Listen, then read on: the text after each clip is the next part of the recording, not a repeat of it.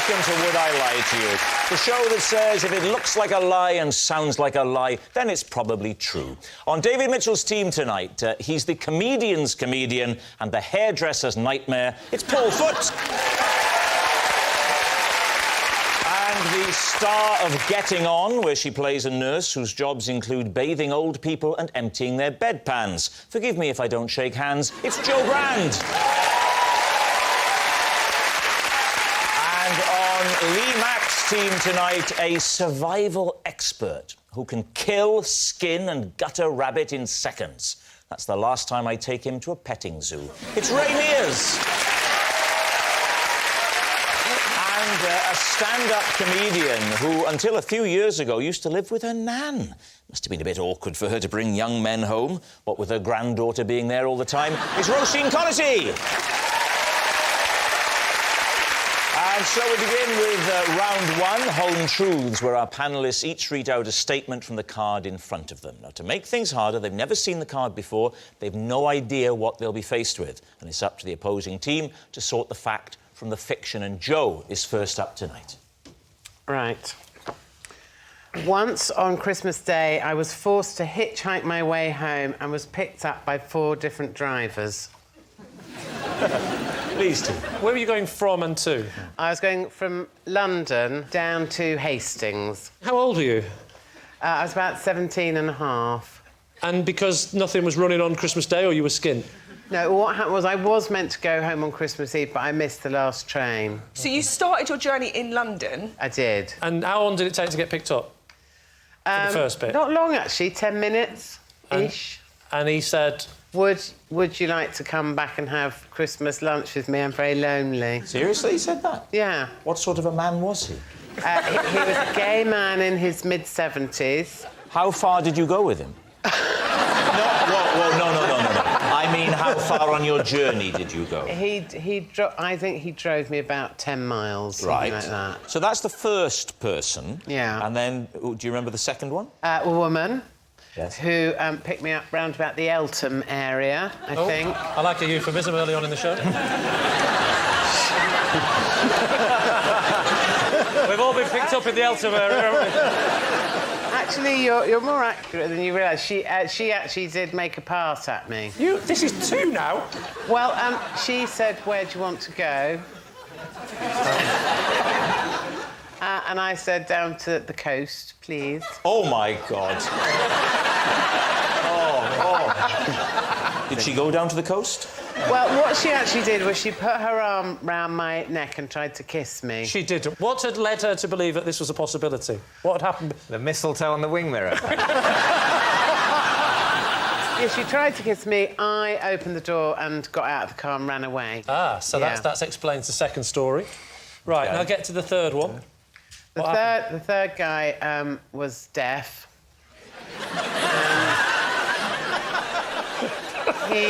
I'll tell you what, if this turns out to be a lie, you deserve a medal for making this as least plausible as possible en route to the story. But, OK, so he's deaf. Yeah. Right. And so I had to write down where I wanted to go. And you said Hastings on the card. Yeah. What did he say? He didn't say anything. He just started driving. Oh, my That's a bit God. menacing, isn't it? He didn't look scary. And who was the fourth? The fourth was a farmer. He said that he was fed up with his family, so he took me all the way to Hastings. So he's having a bad day on Christmas Day and decides he'd rather drive you to Hastings. Well, he said that he told his wife he was going out for a paper. That's the end, really, because he dropped me off where I was going. Did you invite the man in for a mince pie or something, you know? No. You didn't even invite him in? No. Do you think that's a bit weird? I don't. I think it's the weirdest bit of the story. He's given you a lift all the way to Hastings on Christmas Day. He's the only one who hasn't made a sexual pass at you. He's been entirely honourable. Just give him a little bit of a mince pie and some brandy butter. So what do you think? There's a lot of detail in there. I think it's not true. Based on... I think it's got too many characters, like a Tarantino film. The bit I'm doubting is that wouldn't you just write on a piece of paper Hastings and hope someone's going to Hastings rather than anyone going sort of that way and I'll just keep getting out and getting out? Have you ever hitchhiked? You sound very idealistic about it all. Well, I'm not getting in a car until I go into Hastings. I don't care what day of the year it is. Hastings, no. Paul does have a point. That's not how it works. You just go a little bit, and then maybe... And that's part of the fun of hitchhiking. It's who you meet. Don't try and pretend to me you've ever hitchhiked. I know you well enough. Getting at the back of a Mercedes once a week is not hitchhiking. I've seen it in films, though. So Ray thinks it's true. It's got to be true. OK. Too wacky to be made up. So you think they're too wacky to be made up, you think they're too wacky to be true? Yeah, I think she enjoyed making them up. So what's it going to be, then, Lee? OK, well, we'll say... be it on your head, Ray, but we'll say it's the truth. Saying it's the truth. OK, Joe Brand. Truth or lie? It is true.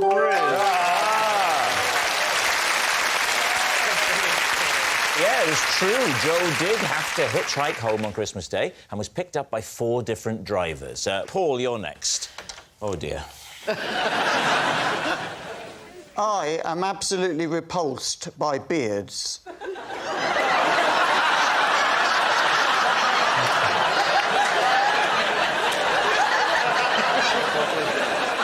When my friend grew a beard, I changed my phone number so he couldn't contact me. Right, there we are. Lee. What's his name? His name is Ben. Ben. And what did Ben do? Well, he used to be a child. Then when he got older, he was a tree surgeon. Right. So, what is it about beards that you find so repulsive? Well, it's just... like the idea of touching a beard is horrible, and it can't be hygienic. I mean, there must be dirt in it. Well, look to your left. I think you'd have to go a long way to find a better, more respectfully kept beard than David Mitchell's. But David Mitchell can afford to have a beard cleaning person. The average beard person, they don't even wash it, do they? It's all dirty, bits of egg in there and all sorts. You would obviously never consider a beard yourself, then, obviously. Oh, no, But on a windy day, surely those bits of hair around the side of your head are going to go over your face, because that's quite long hair you've got there. But they're all lovely and soft. Wow. Whereas when a beard, it's all scratchy and thick hair. I imagine David's beard isn't scratchy. I imagine David's beard is comforting, soft and welcoming. And I invite you now to enjoy David's beard. I mean, strictly speaking, it's not your invitation to give. But you would be doing a great service to Paul. No, He's obviously a troubled young man. I would be honoured were Paul please. to fondle my face. Paul, knock yourself. Leave it to me to invite him. Well, go ahead if it would give you pleasure. It does not give me pleasure. That's the whole point. I hate it. But, you know... Oh, he's doing it. He's doing it. He's doing... If this is going to make you throw up, we can both do without that footage on YouTube. Did you tell your friend why you changed your number? No, well, what happened is... He used to have a smooth face, and then he grew, and it was a massive beard, and it was all really long and really unkempt, you know, like all long, and then I just couldn't deal with it. And you've never seen or heard from him since? Well, I can't, because he hasn't got my number. He can't contact me. When was this, Paul? How long ago? 2010. That's oh, sorry, I think I say years. 2010, years after the birth of Christ. I mean, you picked a good example. If you saw an image of Jesus Christ, would you have problems looking at it because of the beard? Or does it have to be a friend that's in your personal space? I mean, Jesus isn't my friend in that way. He is, Paul. Yes. And he's yours, too. But not yours, Lee. All right, so what's it going to be, Lee? Is it true or is it a lie? What do we think? True. Absolutely. Every word of it. It's a lie. It's got to be a lie. You've done the opposite again. OK, so you're saying it's a lie, you're saying it's true. I'm going to go for true. You're going to say it's true? Yeah. OK, Paul Foot, was that true or was it a lie? It is true. Oh.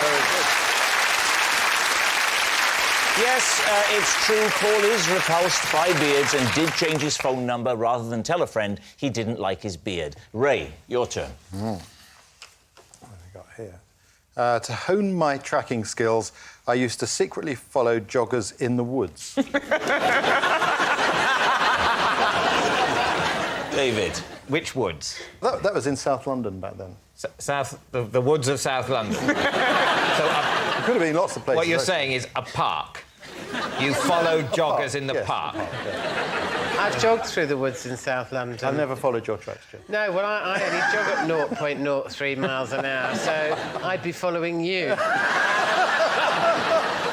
What does tracking involve? Can you tell me? Yeah, you're following the marks and disturbances that animals or people or anything leaves as it moves along. So what is the evidence of a recent jogger? It can vary. So, for example, if it depends what the jogger's wearing.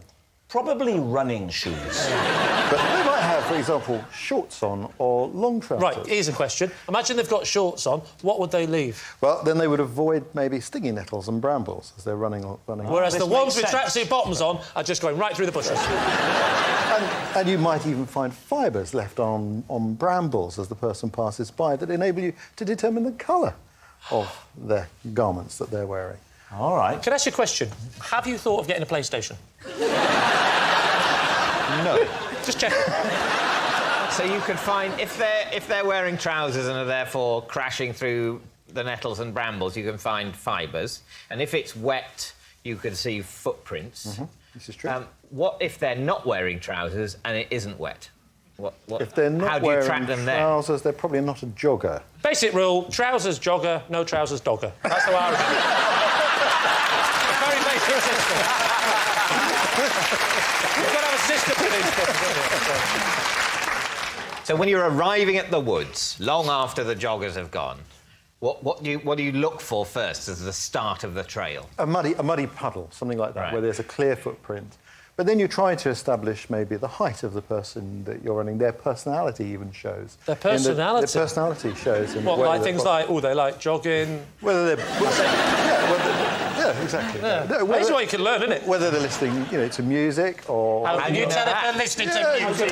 You can get a different thing in the Can you trail. tell what they're listening to from the rhythm of their footprints? You go, oh, this jogger's listening to samba music.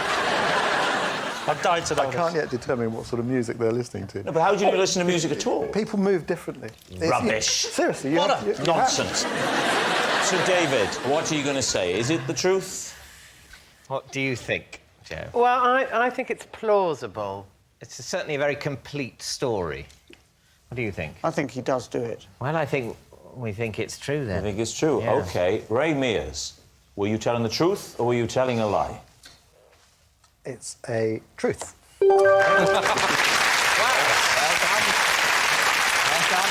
Yes, it's true. Ray did used to secretly follow joggers in the woods to hone his tracking skills. Our next round is called This Is My, where we bring on a mystery guest who has a close connection to one of our panellists. This week, each of David's team will claim it's them that has the genuine connection to the guest, and it's up to Lee's team to spot who's telling the truth. So please welcome this week's special guest, Andy.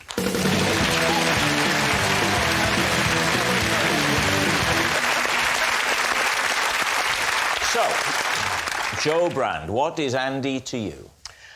Sandy, and he once helped me break into an ex-boyfriend's house through the dog flap so I could steal all his pants.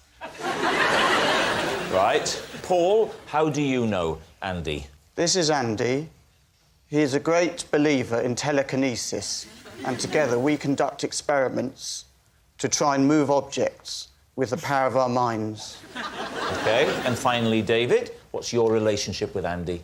This is Andy. I once accidentally nudged him into a fountain whilst trying to take a photo of a tank. Well, there we are. Joe's fellow pants pincher, Paul's psychic sidekick, or David's fountain friend. Lee, where do you want to start? Joe. Just talk us through the incident again. Well, I was probably about 18-ish, something like that. And You just got in from a long hitch, had you? Yeah. And Andy was a friend of mine. I was going out with this bloke who was a millionaire. We went to a party next door to his house. He ended up snogging someone else at this party. All right. Who did he snog? A woman with blonde hair. I can't remember her name. Roisin. So I was quite cross, and I just wanted to do something to make my feelings.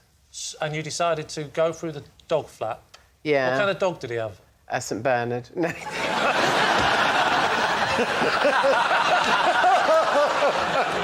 No, he had a fat Scotty dog. Like a Highland Terrier? Yeah. They're tiny. I know, but I was thin at the time, so I used to be thin You when I was might a have been teenager. thick, but you weren't, like, 1 foot high. Terriers are like big I didn't cats. walk straight through. I wiggled through it. Like yeah.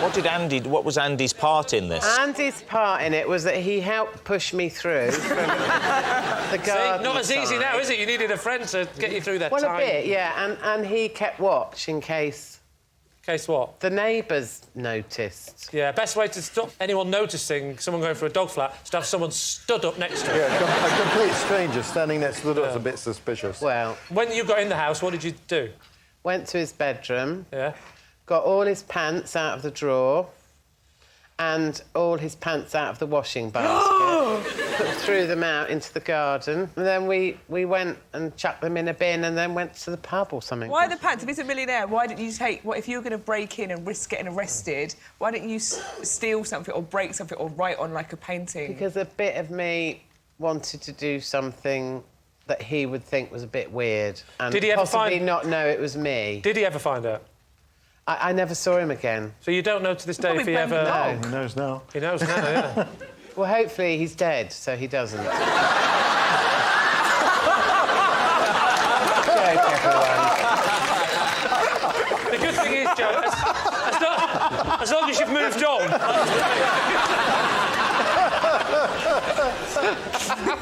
Blimey.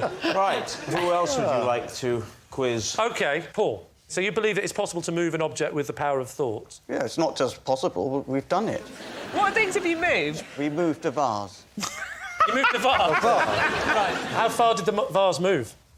About half an inch. About. How many times have you done this, Paul? We've moved things about 3 or 4 times. What other things have you moved?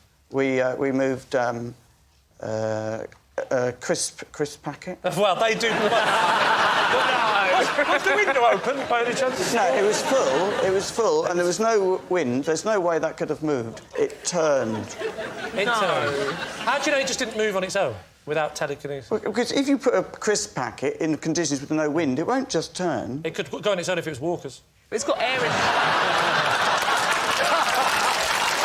Just saying. Or skips. Skips in. Can you move fruit? Oh, hello.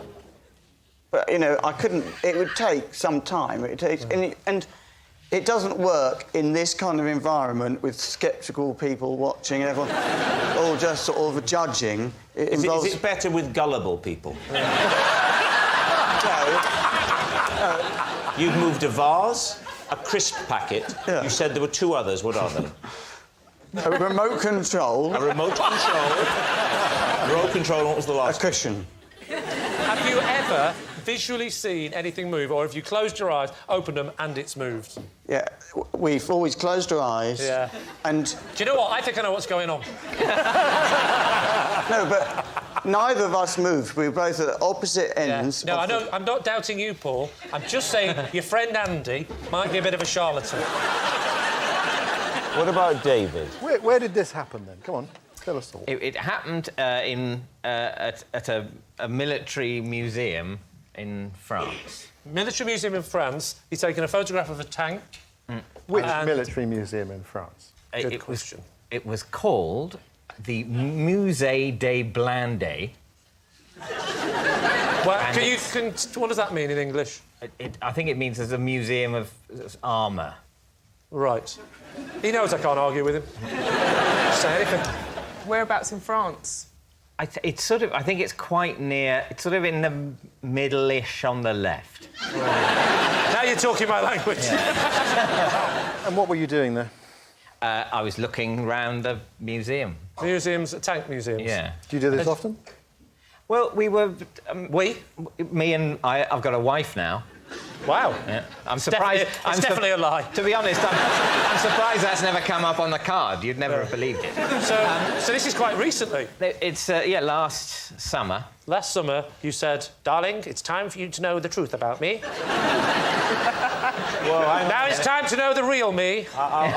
Museums, France, come on! I knew you had a microphone in our bedroom. So, talk us through the incident with Andy and how that actually happened. Well, outside the sort of front bit, there's like a piece of artillery and a tank. And I wanted to take a picture of the tank as well, I might, you know. What sort of tank was it, David? It was a German tank. Was it? A Tiger tank. A Tiger tank? Yeah. So you've taken a photograph of your granddad's tank and then... and how did it crop up? I want to know the actual mechanics of how he ends up. I've not taken the picture at this point. I'm trying to get the tank in frame. I was backing away, you know, just slowly, and there was a sort of pondy, fountainy bit, which people... A what? A pondy, fountainy bit. Oh, right. I genuinely thought you were speaking French again. Yeah. Like a pondy, fountainy bit. Ah! And I just... You backed into it. I backed it, I just sort of with my elbow. Yeah. And, I don't know, he was obviously... He was obviously what? He was obviously... I don't know, I was about to say, you know, I was about to see how that sentence finished myself, Lee. But now I need another runner. Here we go. This is what I want to know. You've backed into him. Yeah. There can only be two things. He's either looking at you, and for some reason beyond anything, he just thought, well, I better just stand here and be pushed into the fountain, or he's facing the fountain, in which case, why is a man facing a fountain so close? Was he weeing into the fountain? He was standing on the rim, eating a baguette. Was he? OK. Was he? Was he wearing a beret? Did he have onions round his neck? No. How deep was the water into which he fell? About 8 feet. 8 feet? Not 8 feet. Not 8 feet. No, it was about a foot. All right, we need an answer. So, Lee's team, is Andy Joe's fellow pants pincher, Paul's psychic sidekick, or David's fountain friend? David's fountain friend. You think it's David's fountain friend? Without a doubt. Well, please tell me at least there's a doubt. I've never felt more confident. Wow. Ray, are you of sound mind? I agree. I agree. I You think agree as well? Absolutely, without a shadow of a doubt, it was David. Lee, David. you're not as sure? I'm not sure it's David. Usually I would have dismissed someone pretending that they've moved a vase half-inch. There's something about Paul that makes me think, yeah, he looks like the kind of man who, in his own deluded mind, thinks he has done it. And which in itself is a truth, isn't it? If you think it's true, then it's true. But I think Joe's stories is the most likely because I've known Jo for some years and I can confirm she is bitter and twisted.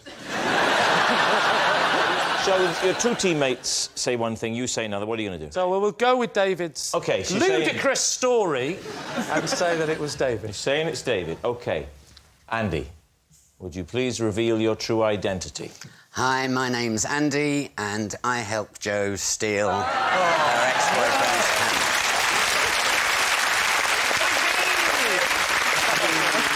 Ladies and gentlemen, Andy, thank you very much. Which brings us to our final round, Quickfire Lies. And we start with... It's Lee. A man from Brazil once taught me a very simple noise you can make that will always stop a fox in its tracks. David's team. Can we hear the noise? I'll be honest with you, it's a very instinctive thing, and without a fox, I'll be a fox. Ready? Yeah. Ready? Yeah. Can you do fox not reading a book? No. They know. They know. They know. You dumb, don't know. Ready? Ready? OK. Come on, Mr. Lee. Come on. Stop me, Mr. Lee. Stop me. I didn't think this would give Rob an impression opportunity.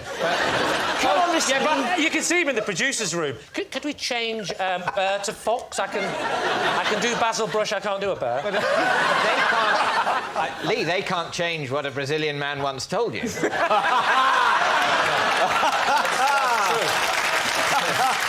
is very true. Oh, that was like something out of Poirot, wasn't it? Did this happen in Brazil? It was in Brazil, yes. And what was the noise? The noise was, I might have to take a little drink to do it properly. I can only stop a fox if I've got water. Yeah. Not many people know this, but the fox fears very few things. It's true, you know. But there is one animal. That's my bushy tail. There is one animal. Come on. That if a fox hears, yes, the tone is so weird to the fox, it will scare the fox. And that beast, if I may call it a beast, is the dolphin. And the noise that you make is simply the noise of the dolphin, which I will now demonstrate. The fox comes towards you, and a simple will stop the fox in its tracks.